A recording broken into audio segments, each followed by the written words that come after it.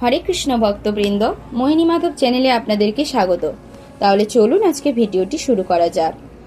ওং নমো ভগবতে বাসুদেবায়।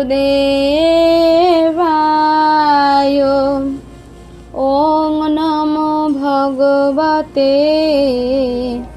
বাসুদেবায়।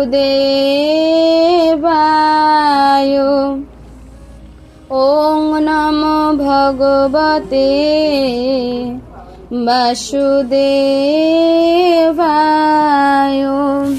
শ্রীমদ্ ভগবদ গীতা দ্বিতীয় অধ্যায় সাংখ্য যোগ, শ্লোক নম্বর 30। দেহি নিত্যম অবধ্যয়ং দেহ সর্বস্য ভারত তস্মাৎ সর্বাণি ভূতানি ন তং সচিতুম অর্হসি। দেহি অর্থাৎ কি? জড় দেহের যিনি মালিক। নিত্যম মানে কি? যা নিত্য। অবদ্ধ অর্থাৎ যাকে বধ করা চায় না।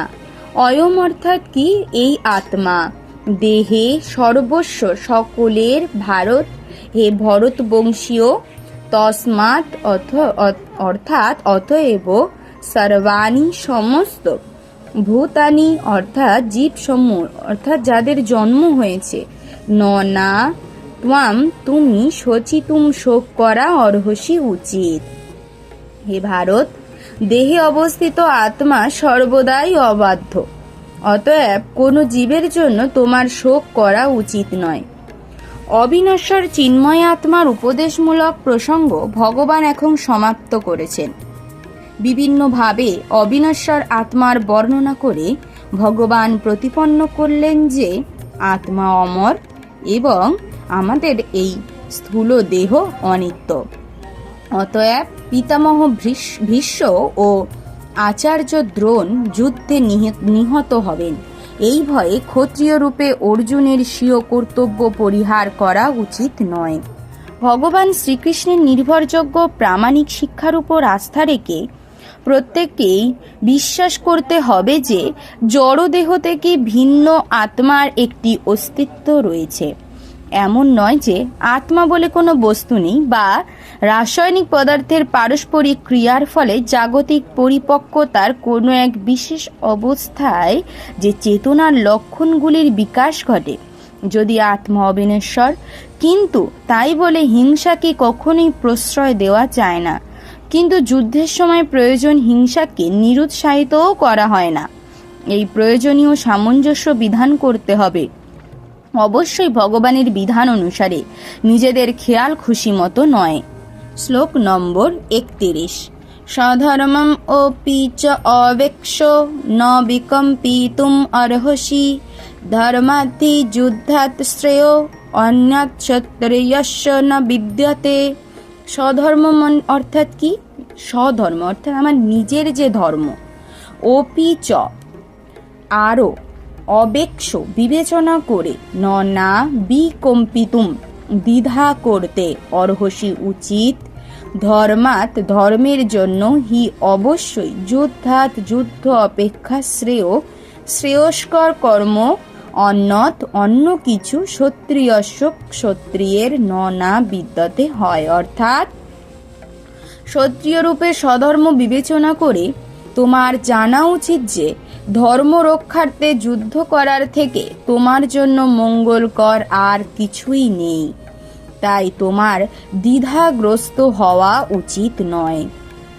চাতুর্বর্ণ বা সামাজিক অনুশাসনের 4টি বর্ণের মধ্যে সুশাসনের জন্য দায়িত্বে থাকা দ্বিতীয় বর্ণটিকে বলা হয় ক্ষত্রিয়। ক্ষত কথাটির অর্থ হল আঘাত। আঘাত বা বিপদ থেকে যে ত্রাণ করে। ত্রায়তে অর্থাৎ যিনি আমাদেরকে ত্রাণ করেন, রক্ষা করেন, সে ক্ষত্রিয়। ক্ষত্রিয়রা জঙ্গলে গিয়ে হত্যা করার জন্য প্রশিক্ষিত হয়। ক্ষত্রিয়েরা জঙ্গলে গিয়ে হিংস্র বাঘকে যুদ্ধে আহ্বান করেন এবং শুধু তরোয়ার হাতে সেই বাঘের সঙ্গে যুদ্ধ করে তাকে নিধন করে। তারপর সেই বাঘকে পূর্ণ রাষ্ট্রীয় মর্যাদার সঙ্গে সৎকার করা হয়। এই প্রথা আজও জয়পুরের ক্ষত্রিয় রাজাদের মধ্যে প্রচলিত আছে। ক্ষত্রিয়েরা শত্রুকে যুদ্ধে আহ্বান করে তার প্রাণ সংহার করতে প্রশিক্ষিত হয়, কেননা ধর্মের কারণে কখনো কখনো এই প্রথার প্রয়োজন অপরিহার্য। তাই ক্ষত্রিয়েরা কখনোই সরাসরিভাবে সন্ন্যাস গ্রহণ করে না। রাজনীতির ক্ষেত্রে অহিংসার পথ অবলম্বন করা কূটনীতি হতে পারে, কিন্তু তা কখনোই নীতিগত পন্থা নয়।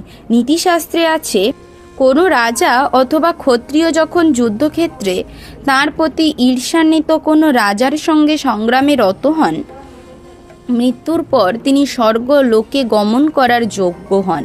তেমনি ব্রাহ্মণ যজ্ঞে পশু বলি দিলে যজ্ঞ লাভ করেন। তাই যুদ্ধক্ষেত্রে ধর্মীয় নীতির অনুকূলে হত্যা করা এবং যজ্ঞে পশু বলি দেওয়াকে হিংসাত্মক কার্য বলে গণ্য করা হয় না, কারণ এই ধর্ম অনুষ্ঠানের ফলে সকলেই লাভবান হয়। যজ্ঞে উৎসর্গীকৃত পশু জৈব বিবর্তনের মাধ্যমে ক্রমান্বয়ে উন্নততর দেহ ধারণ না করেই অবিলম্বে মনুষ্য দেহ প্রাপ্ত হয়, এবং ক্ষত্রিয়রাও যুদ্ধক্ষেত্রে নিহত হয়ে স্বর্গলোক প্রাপ্ত হয়, যা ব্রাহ্মণেরা প্রাপ্ত হয় যজ্ঞানুষ্ঠান করার মাধ্যমে। স্বধর্ম দুই রকমের। জড়বন্ধন মুক্ত না হওয়া পর্যন্ত জীবকে শাস্ত্রের বিধান অনুযায়ী তার দেহের ধর্ম পালন করতে হয় এবং তার ফলে সে জড় বন্ধন থেকে মুক্ত হয়। মুক্ত অবস্থায় জীবের স্বধর্ম পারমার্থিক হয়ে যায় এবং তখন আর দেহাত্ম বুদ্ধি থাকে না। দেহাত্ম বুদ্ধিতে নির্দিষ্ট কর্তব্য কর্মসমূহ রয়েছে এবং সেগুলি আচরণ করা অবশ্য কর্তব্য। ভগবান স্বয়ং এই স্বধর্ম নির্ধারিত করেছেন ও এই সম্বন্ধে চতুর্থ অধ্যায়ে বিশেষভাবে আলোচনা করা হবে। দেহগত স্বধর্মকে বলা হয় বর্ণাশ্রম ধর্ম, যা মানুষের পারমার্থিক উন্নতি লাভের সোপান স্বরূপ। বর্ণাশ্রম ধর্ম বা জড় প্রকৃতির নির্দিষ্ট গুণ অনুসারে প্রাপ্ত দেহটির দ্বারা অনুষ্ঠিত বিশেষ কর্তব্য কর্মের স্তর থেকে মানব সভ্যতা শুরু হয়। প্রতিটি ক্ষেত্রে উচ্চ কর্তৃপক্ষের নির্দেশ অনুসারে এই সমস্ত কর্তব্য কর্ম সম্পাদন করার ফলে মানুষ ক্রমান্বয়ে উচ্চ থেকে উচ্চতর জীবন প্রাপ্ত হয়। যদৃচ্ছয়া চ উপপন্যং স্বর্গদ্বারম অপাবৃতম সুখিনঃ ক্ষত্রিয়াঃ পার্থ লভন্তে যুদ্ধম ঈদৃশম। যদৃচ্ছয়া মানে কি না আপনা থেকেই, চ এবং উপপন্নম যা উপস্থিত হয়েছে, স্বর্গদ্বারম স্বর্গদ্বার, অপাবৃতম উন্মুক্ত, সুখিনো সুখী, ক্ষত্রিয়া ক্ষত্রিয়েরা, পার্থ হে পৃথাপুত্র, লভন্তে লাভ করেন, যুদ্ধম অর্থাৎ যুদ্ধ, ঈদৃশম এই রকম। হে পার্থ, না চাইতেই যে সব ক্ষত্রিয়ের কাছে স্বর্গদ্বার উন্মোচনকারী এই প্রকার ধর্মযুদ্ধে অংশগ্রহণ করার সুযোগ আসে, তারা সুখী হন। অর্জুন যখন বলেছিলেন এই যুদ্ধে কোনো লাভ নেই, এই পাপের ফলে অনন্তকাল ধরে নরক যন্ত্রণা ভোগ করতে হবে, তখন সমস্ত জগতের পরম শিক্ষাগুরু ভগবান শ্রীকৃষ্ণ তাঁর এই মনোভাবের নিন্দা করেছিলেন। অজ্ঞানতার কারণেই কেবল অর্জুন এই ধরনের উক্তি করেছিলেন।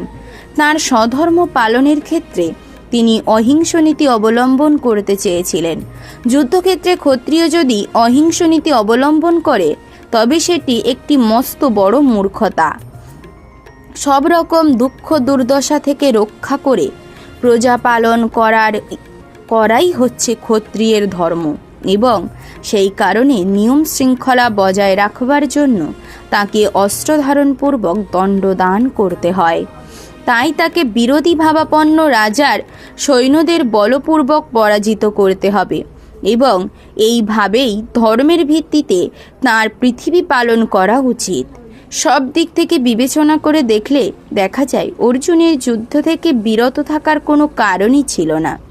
যুদ্ধে যদি তিনি জয়লাভ করতেন তবে তিনি রাজ্য সুখ ভোগ করতেন, আর যুদ্ধে তার মৃত্যু হলে তিনি স্বর্গলোকে উন্নীত হতেন, যেখানে তার জন্য দ্বার ছিল অবারিত।